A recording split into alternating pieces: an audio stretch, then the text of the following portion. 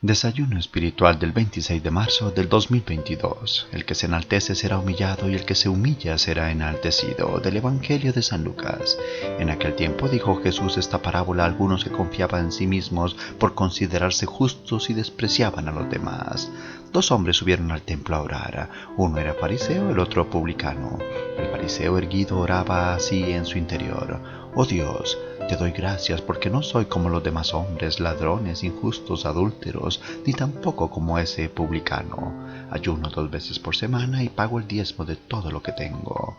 El publicano, en cambio, quedándose atrás, no se atrevía ni a levantar los ojos al cielo, sino que se golpeaba el pecho diciendo: «Oh Dios, ten compasión de este pecador». Os digo que éste bajó a su casa justificado y aquel no, porque todo el que se enaltece será humillado y el que se humilla será enaltecido. Palabra del Señor. Cristo es el único bueno que nos comparte su santidad.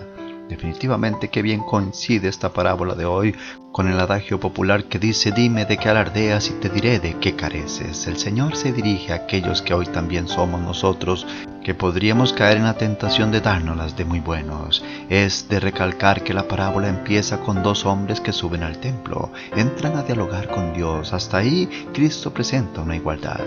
Cualquiera puede acercarse a Dios, no importa su condición ni su estatus, si es muy rico, pobre, sano o enfermo, un cortesano o un jornalero. Todos somos bien recibidos ante el Señor. La diferencia se empieza a marcar en la actitud, en la manera en que nos queremos y pretendemos presentar ante Dios. Pero el salmista da una clave cuando pregunta: ¿quién subirá al monte de Yahvé? ¿Quién podrá estar en tu santo recinto? El de manos limpias y puro corazón, el que no suspira por los ídolos ni jura con engaño. Y es que aquel fariseo llega con el peor de los ídolos, que es el primero que nos hacemos, el de uno mismo. Sentirse superior que los demás es endiosarse, atribuirnos cualidades divinas por nuestra propia cuenta, ensalzándonos en nuestras propias obras, negando así toda gloria a Dios de donde proviene la bondad que podamos hacer. El idolatrarnos a nosotros mismos incluso es tentación que nace de nuestra virtud. Sí, aquel fariseo no era malo de entrada, no robaba, no era adúltero, era justo, pero se creía juez. Para juzgar a su hermano de oración, se había engrandecido en su soberbia al punto de querer pavonearle al mismo Dios sus atributos a costa de compararse con el publicano. No hay nada puro en menospreciar al pecador, mucho menos por creernos mejores. Nos ensuciamos las manos en el desprecio y la omisión en la caridad y la misericordia que nos falta. Al final el fariseo, lo que tanto decía no hacerlo, desdecía con sus acciones. Le robaba a su prójimo la dignidad al condenarlo y apartarlo por falta de compasión. Era injusto al no compartir de la bondad que Dios le ponía en su corazón, y era infiel al mandato del amor del Padre, que nos ama a todos por igual y nos manda a amarnos los unos a los otros, no a condenarnos, no a despreciarnos, no a ignorarnos. Cuaresma es un tiempo de gracia para replantearnos nuestra vida de humildad, de reconocimiento de lo que nos falta por caminar en la santidad de Cristo, pero también para sabernos bendecidos por su presencia que nos anima a imitarlo en el servicio y la bondad a los demás, a orar unos por otros, a interceder por el bien de mi prójimo, especialmente aquel que sabemos más necesita nuestra compañía, pues su corazón se encuentra solo en el vacío sin Dios. No llegamos a la presencia de Dios en solitario, no somos héroes de nuestra propia historia.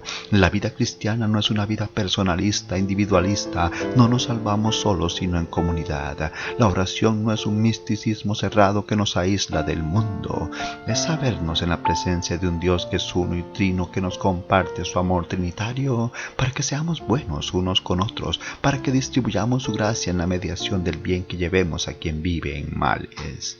Pero con cuánta facilidad el cristiano puede empezar a padecer de santulitis crónica.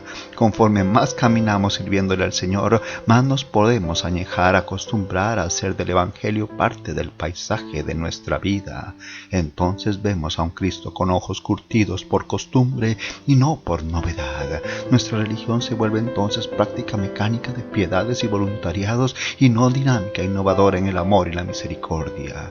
No, el cristiano no vive de la renta, cuenta. Vive del reto de ser mejor cada día, en el abandono y la renuncia de sí mismo para que sea Cristo el que viva más en nosotros, pues Él es inagotable y podemos llegar a ser como Él, pero nunca estaremos arriba de Él. Sabiendo eso, nuestra oración siempre será humilde y contrita para que desde nuestra debilidad se muestre su grandeza en el amor que se abre al bien ajeno.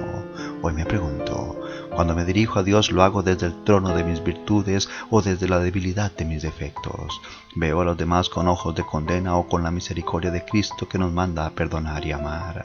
Señor Jesús, tú que has venido al mundo para tomar nuestro lugar y justificarnos así con tu sangre preciosa en el servicio de la salvación, te pido la gracia de saberme abajar de mis soberbias y orgullos, de ver a mi prójimo superior a mí, porque ahí estás tú al que he de servir desde la caridad y la entrega. Amén. Feliz Cuaresma.